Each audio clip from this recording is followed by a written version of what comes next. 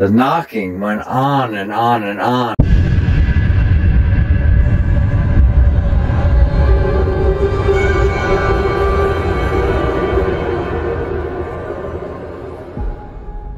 So earlier that day, I had been out hiking.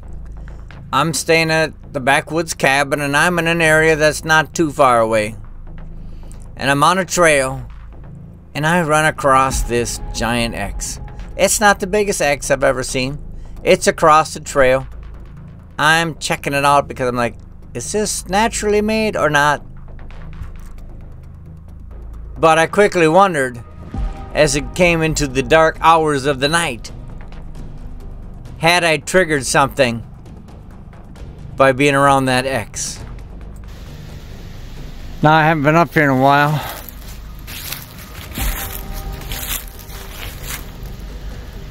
But, I mean, this is just by chance? Or is this X across the trail for a reason? That's a pretty big message. And sometimes one experience is not enough to make me learn. So what do? Not only did I visit it during the daytime, but I went out there that night again.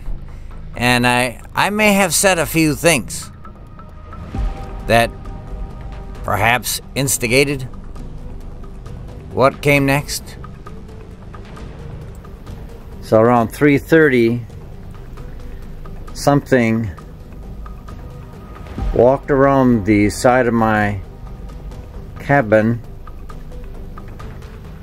and I would say 8 to 9 times it said the word Gede, like G-E-D-E. That's what I wrote in my notebook. Gede, Gede, Gede, Gede, Gede, Gede, Gede. It wasn't yelled, it was just said. But I'll tell you what, it did resonate through the walls of the cabin. It almost sounded like it was in the cabin. And I'm going to jump into the live audio from that night. I tell you what, I heard the voices, and the first thing I did was grab my phone and hit the record button on my phone. But I'm going to walk through this timeline live here. Here we go.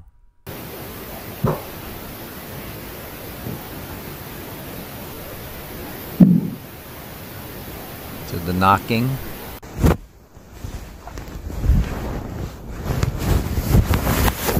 And fine, I can't take it. I'm climbing out of bed right now.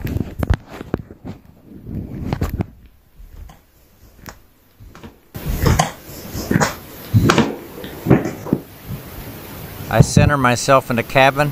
I just want to be in a safe spot.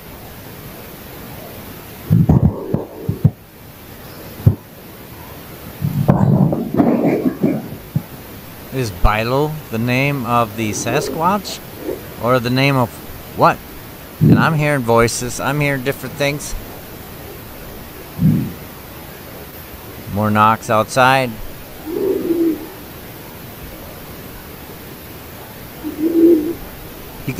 You can hear me breathing. Of course, I do have the volume up on that original audio so that, I mean, you can hear the knocks. I mean, they're outside. I could hear them plain as day. But, you know, from the recorder, from inside the building, they weren't quite as loud.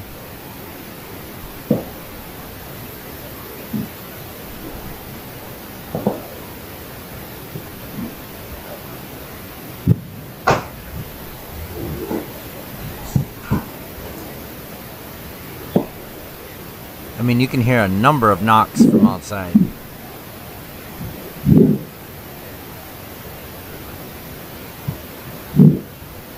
Several knocks. Banging on something. I thought they were banging on the car. And I'm tightening this up, obviously, so that, I mean, you don't need to listen to 2 hours of audio. I'm just kind of putting the activity all in one spot so you can kind of get an idea what's going on. And I also picked up some, like you just heard, strange kind of tapping noises, like finger taps. I'm not sure what they are. A couple things come to my mind. One is, I wish I had a recorder outside. I should probably go outside. Secondly is, I maybe shouldn't have messed with that X. Don't mess with the X. I had that in my head for some reason. And number three, I had the kind of a telepathy saying that I should start a fire. So that's what I commenced to doing.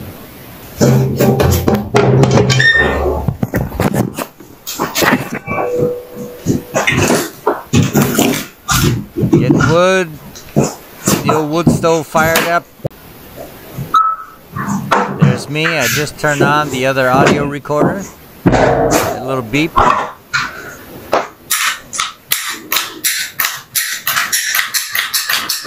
I'm kind of freaked out. Just a little bit. I mean, those voices came from the corner of the cabin and worked their way all the way up almost to the bed. It sounded like it was right by me.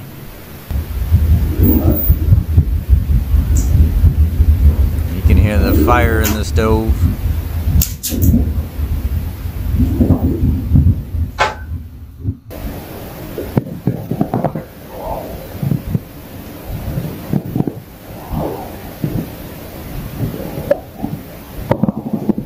Do you hear those little sounds? I don't have no idea what that is. And there was quite a bit of knocking out there. And I think it might have been on the propane tank. Because it was on that side, or it was on the tin on that side. Something to that effect. The knocking went on and on and on, and it was maybe on one of the back buildings too. So eventually I just went outside, but the moonlight was out, quite bright. So it made me quite brave. And I stood out there for quite a while.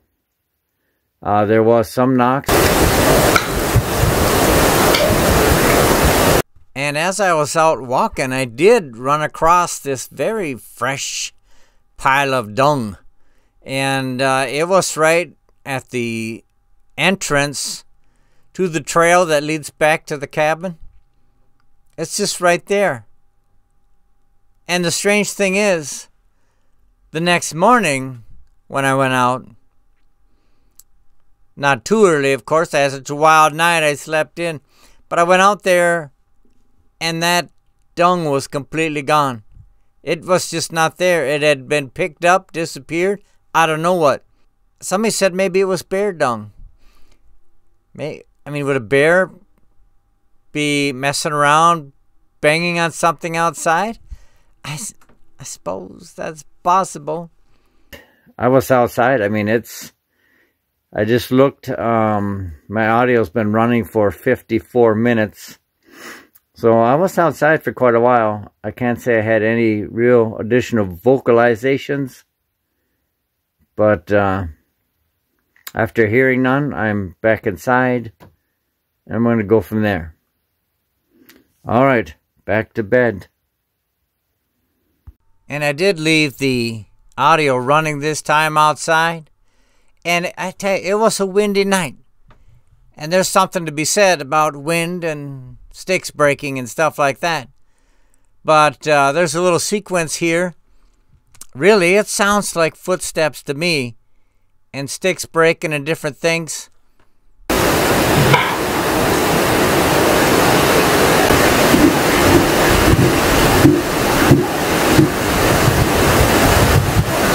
And, you know, that's kind of the wrap of the night. I mean, how do you make exciting just a pile of knocks and noises? There was... What was talking to me inside the cabin? Was that like a guardian angel? Was that a spirit that was there for some reason? And warned me that something big was outside?